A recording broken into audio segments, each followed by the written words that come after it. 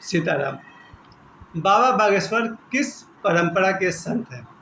आइए आज आपको हम बताते हैं कि बाबा बागेश्वर किस संत परंपरा के एक हिस्सा है। और ये जानने के बाद मेरा मस्तक सिर से झुक गया। मुझे बहुत गर्व से कहना पड़ रहा है कि बाबा बागेश्वर हमारे सनातन धर्म के वैष्णव संत के जिस परंपरा के वो सदस्य हैं, उसे जानने के बाद मुझे आश्चर्य होता है कि लोग कैसे कैसे लोग हैं दुनिया में, बिना जाने क्या क्या बोलते रहते हैं बाबा बागेश्वर के बारे में। मेरे वीडियो पर ऐसे ऐसे कमेंट्स आए हैं जिसको आज मैं जवाब देने के लिए ये वीडियो बनाया हूँ कि बाबा बागेश्वर की जो ये संत परंपरा है, इसका शुरुआत फिर मैं थोड़ी देर बाद आपको नाम बताता हूँ। शुरुआत इसकी होती है वाल्मीकि जी से। वाल्मीकि जिस समय अपने समय में एक डाकू हुआ करते थे, चोर लुटेरा हुआ करते थे, उस समय उन्होंने नारद जी से दीक्षा ली और राम राम का महामंत्र लिया। और जब भी कोई आदमी राम राम का महामंत्र का जाप करता है तो उसके अंदर ऐसी ऐसी सिद्धियाँ आती है कि वो भविष्य को देख पाता है। और वाल्मीकि जी ने रामायण लिखा। यहाँ से शुरू होता है बाबा बागेश्वर का संत परंपरा का शुरुआत, पहला सीन मेरी तरफ से। आज जो बाबा बागेश्वर तीनों काल को देखते हैं, ये काम वाल्मीकि जी बहुत पहले कर चुके हैं। जैसे कि बाबा बागेश्वर कहते हैं तुम्हारे साथ ये हुआ था, इस आदमी ने किया। कब कोई घटना घटी, किसने किया, उस आदमी का नाम सहित बताते हैं। यानी बाबा बागेश्वर पास्ट बताते हैं। उसके बाद इस समय तुम्हारे घर में कहाँ लोटा रखा है, कहाँ 3 अगरबत्ती रखा है, कहाँ फोटो रखा है, वर्तमान भी बता देते हैं। और भविष्य में किस आदमी की शादी किस लड़की से होगी, कितना तारीख को होगी, 2026 में होगी, ये भी बता देते हैं। अब एक आदमी पूछा था मुझे विदेश जाना है, तो उन्होंने कहा कि ठीक है विदेश जाओ, वहाँ मैसी नाम का आदमी मुहर लगाएगा।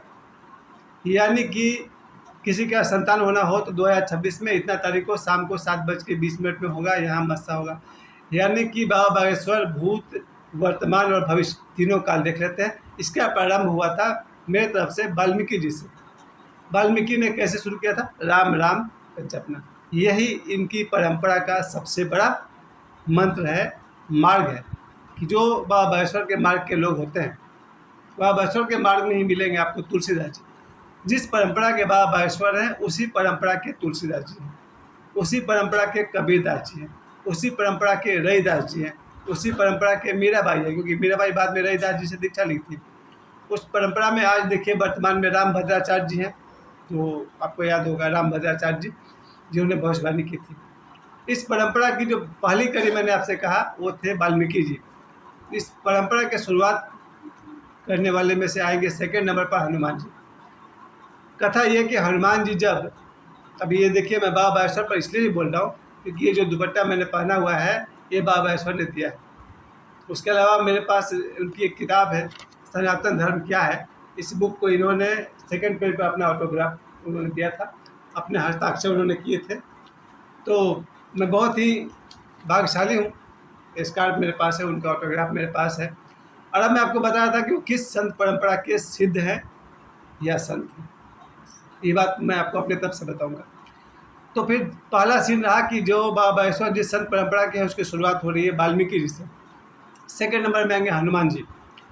हनुमान जी जब अशोक वाटिका में हैं, माता सीता के पास गए हैं, वहाँ माता सीता ने उनको ये मंत्र दीक्षा दी कि तुम राम राम का जप करो। और हनुमान जी के लिए आराध्य कौन हुए? सीता और राम। तो इस परंपरा के जो आध्यात्मिक गुरु कहलाएंगे, आध्यात्मिक देवता कहलाएंगे, वो रहेंगे सीता और राम। फिर हनुमान जी ने, जो बाबा बागेश्वर के परंपरा के आरंभिक दिनों से शुरू हुआ है, हनुमान जी ने जो अपना यही दीक्षा जब बाद वाले को दिया है, उसके लिए आराध्य हो गए 3। क्योंकि हनुमान जी के बाद जो लोग संत परंपरा में आए उन्हें हनुमान जी, राम जी और सीता जी, इन तीनों की आराधना करनी होती है। इसी परंपरा में आज देखिए, आज बाबा बागेश्वर क्या करते हैं? हनुमान जी, बालाजी हनुमान जी की प्रशंसा करते हैं, सीताराम बोलिए, साधु जी सीताराम बोलिए। जिस परंपरा के वाल्मीकि जी हैं, जिस परंपरा के हनुमान जी हैं, जिस परंपरा के बाद में आपको बताता हूँ, वो परंपरा है रामानंद जी का परंपरा। आचार्य रामानंद जी के परंपरा के संत हैं बाबा बागेश्वर। ध्यान से सुनिए, हमारे भारत को एक वैष्णव संत थे रामानंद जी। रामानंद जी का जन्म हुआ है 1400 के आसपास में, और वो 110 वर्ष के जीवन काल में उनका जन्म प्रयाग में हुआ है, और उन्होंने पूरा जीवन काशी में बिताया है। काशी में रह करके उन्होंने अपने शिष्यों को दीक्षा दी। सीताराम का जप करो, हनुमान जी की साधना करो। यही काम जो रामानंद जी ने शुरू किया आज बाबा बागेश्वर कर रहे हैं। तो भैया आप लोग के दांत खट्टे क्यों हो रहे हैं? कहते हैं ना पेट में दर्द क्यों हो रहा है? ये बच्चा बाबा बागेश्वर हमारे ही सनातन धर्म को, हिंदू धर्म को आगे बढ़ा रहा है, रामानंद जी के परंपरा को आगे बढ़ा रहा है। तो रामानंद जी के परंपरा के जो ये शिष्य हैं बाबा बागेश्वर, रामानंद जी के शिष्यों में से हुए कबीर। कबीरदास जी को आप सभी जानते हैं। आप लोग को तकलीफ तब हो रही जब बाबा बागेश्वर चमत्कार कैसे करते हैं। बाबा बागेश्वर जितना बड़ा चमत्कार कर सकते हैं उससे बड़े बड़े चमत्कार करने वाले रामानंद जी के परंपरा में सब है। ये तो अभी नए नए बच्चे हैं। आपको क्या लगता है कि रामानंद जी को कम चमत्कार आता होगा? जिनके शिष्य हुए तुलसीदास, कबीर, रविदास, आपको क्या लगता है कबीरदास जी को कोई चमत्कार नहीं आता था? बाबा बागेश्वर के परंपरा में जितने भी लोग हैं सब एक से एक चमत्कारी हैं। आप लोग तो थोड़ा सा चमत्कार देख करके इनके खिलाफ बोलना शुरू कर दिए। मेरे यूट्यूब चैनल पर कितने सारे कमेंट्स आ रहे हैं कि मैं ओशो का शिष्य होकर के बाबा बागेश्वर पास को जाता हूँ। भाई मैं बचपन से हनुमान जी का, सीता माता का, राम जी का पुजारी हूँ, तो क्या करूँ? मेरा जो बचपन का प्रेम है हनुमान जी से, सीता जी से, राम जी से, उसको साइड कर दे। ओशो ने ध्यान से क्या ओशो ने खुद कबीरदास पर प्रवचन नहीं किए? और कबीरदास तो रामानंद जी के परंपरा के संत हैं। क्या ओशो ने तुलसीदास जी का कभी नाम नहीं लिया? बिल्कुल लिया। और तुलसीदास जी रामानंद जी के परंपरा के संत हैं। रविदास पर ओशो के 2-3 प्रवचन हैं, जबकि रविदास जी रामानंद परंपरा के शिष्य हैं, संत हैं। प्यारे दोस्तों, मैं आपसे ये कहना चाहता हूँ कि हिंदू धर्म, सनातन धर्म एक ऐसा धर्म बन चुका था 14वीं शताब्दी में, जहाँ गुलाम वंश और मुगल वंश का एंट्री तो लगभग होने ही वाला था। हिंदुओं को जबरन जब मुसलमान बनाया जा रहा था, ऐसे समय में रामानंद जी ने हिंदुओं को जगाया और उन्हें सीताराम हनुमान साधना सिखाया। राम राम का मंत्र जाप करो, सीताराम बोलो, या जो भी उनका परंपरा है। उन्हीं के पैरेलल एक परंपरा है रामानुज, आचार्य रामानुज जी का। उनके परंपरा में आते हैं देवराहा बाबा। अब ध्यान से सुनिए, रामानंद जी की परंपरा और रामानुज की परंपरा में बहुत ज़्यादा अंतर नहीं, 100-200 साल का अंतर है। देवराहा बाबा जिनका गुप्त मंत्र राम जी का मंत्र हुआ, आपको क्या लगता है कि अलग है? आप लोग बाबा बागेश्वर के चमत्कार से परेशान हो जाते हैं कि बाबा ने चमत्कार कर दिया, और जरा ये सोचिए क्या बाबा से ज़्यादा चमत्कार देवराहा बाबा को आती थी कि नहीं? सर आप लोग बाबा बागेश्वर के चमत्कार से आप लोग इनके खिलाफ बोलना शुरू मत कीजिए। ये लड़का बाबा बागेश्वर सबके लिए गुरु जी हैं। मैं तो इस तरह से बोल देता हूँ, प्रेम और स्नेह के कारण बोलता हूँ। गुरु जी इसलिए नहीं बोलता हूँ क्योंकि उम्र में भी मुझसे छोटे हैं और अंदर से तो हमको भी पता है कि हिमालय से भी ऊँचे हैं। खैर मेरा संबोधन निजी संबोधन है इनके लिए। तो बाबा बागेश्वर जो है ये वैष्णव संत रामानंद जी के शिष्य हैं, मतलब उस परंपरा के संत हैं। और वैष्णव संत और रामानंद जी की संत परंपरा है वो हिंदू सनातन की परंपरा है। और हिंदू सनातन की परंपरा को चलाने वाले बाबा बागेश्वर के खिलाफ जो लोग आज बोल रहे हैं, ज़रा गौर से देखिए वो क्या कर रहे हैं। वो सनातन और हिंदू धर्म के खिलाफ ही बोल रहे हैं। बाबा बागेश्वर अगर हनुमान जी की तारीफ करते हैं तो आपको जलन क्यों रही भाई? अगर वो कह रहे हैं हनुमान जी के नाम लेने से लोग नाशे रोग हरे सब पीरा, अगर इन्हें हनुमान जी के नाम से पीड़ा कम होती है तो आप लोगों को तकलीफ क्यों हो रही है?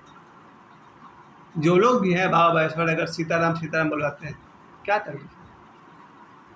मैं फिर से बताना चाहता हूँ कि रामानंद जी के परंपरा के जो ये संत हैं बाबा बागेश्वर, ये फिर से आज अभी की बात मैं बता रहा हूँ आपको, 2024 के आसपास की बात बता रहा हूँ। अनेक हिंदू मुसलमान में कन्वर्ट हो रहे हैं, अनेक हिंदू ईसाई धर्म में कन्वर्ट हो रहे हैं। मैं इसको बहुत गंभीरता से नहीं लेता हूँ, आदमी की स्वतंत्रता है, उसको जो धर्म अच्छा लगता है जाए। लेकिन कमी यह है कि ये लोग हिंदू धर्म, सनातन धर्म को पहचान ही नहीं रहे। हमारे यहाँ हनुमान जी हैं, राम जी हैं, सीता जी हैं, इनकी महत्ता कौन बताएगा? कोई नहीं बता रहा था। तो कोई क्रिश्चियन बन जा रहा है, कोई मुसलमान बन जा रहा है। जब बाबा बागेश्वर फिर से हनुमान जी को, सीताराम जी को स्थापित कर रहे हैं तो भैया कुछ लोग को बहुत तकलीफ हो रही है। लेकिन अभी भी मैं एक बात बहुत गर्व से कह सकता हूँ, मैंने बहुत सारे हिंदू, मेरे रिश्तेदार, मेरे दोस्त तो बाबा बागेश्वर के खिलाफ जम के बोलते हैं। आज ही बोल रहे थे बाबा बागेश्वर ऑस्ट्रेलिया से कि मुझे तो थोक में गालियाँ मिलती हैं। कौन दे रहा गाली? कोई मुसलमान, कोई क्रिश्चियन नहीं, हमारे हिंदू और सनातन वाले हैं गाली देते हैं। मेरे अनुभव से कोई मुसलमान जीवन भर मोहम्मद साहब को या कुरान शरीफ के खिलाफ नहीं बोलता है, मेरा अनुभव है। मैंने आज तक नहीं सुना किसी मुसलमान को कि वो मोहम्मद साहब के खिलाफ बोले या कुरान शरीफ के खिलाफ बोले, लेकिन मैं ऐसे बहुत सारे हिंदुओं को जानता हूँ, मेरे अपने दोस्त रिश्तेदार हैं जो राम जी के रामायण के खिलाफ हमेशा बोलते हैं कि ये ढोंग या पाखंड। कौन बोल रहा है? यही हिंदू वाले। तो प्यारे दोस्तों, बाबा बागेश्वर के खिलाफ कौन है? यही हिंदू के लोग हैं जो कहते हैं ये ढोंग है तो पाखंड है। मैं अपने बल पे एक बात बताऊं, जो लोग वास्तव में राम जी की, सीता जी की, हनुमान जी की साधना करते हैं, उनके अंदर दिव्य शक्तियाँ आती है। ये मैं अपने बल पे कहता हूँ, सही बात है। खैर उसकी जरूरत नहीं है, जरूरत यह है कि आदमी कमज़ोर मानसिकता में क्यों जिए। अगर हम हनुमान चालीसा का पाठ करके मेरा मनोबल बढ़ता है तो हम करेंगे। अगर हमें सीताराम जी के गुणगान करने से, श्री रामचरितमानस पढ़ने से हमारी शक्ति बढ़ती है तो बढ़नी चाहिए। कमजोरी में जीना कोई जीना है, कमज़ोर मानसिकता लेकर जीना कोई जीना है, गरीब की तरह जीना कोई जीना है, बीमार बन के जीना कोई जीना है, विकलांग बन के जीना कोई जीना है। मैं फिर से आप सभी से कहना चाहता हूँ, मेरे समय देने के लिए आप सभी को बहुत बहुत धन्यवाद। आचार्य रामानंद जी के जो 14वीं शताब्दी के संत हैं, उनके परंपरा के संत हैं बाबा बागेश्वर, और इन सभी के आराध्य हैं हनुमान जी, सीता जी और राम जी। और मेरा विशेष धन्यवाद कि मैं ओशो का शिष्य हूँ और मुझे इनका उपहार मिला है, ये दुपट्टा और उनका ये ऑटोग्राफ। मेरे समय देने के लिए आप सभी को बहुत बहुत धन्यवाद। जय श्री सीताराम।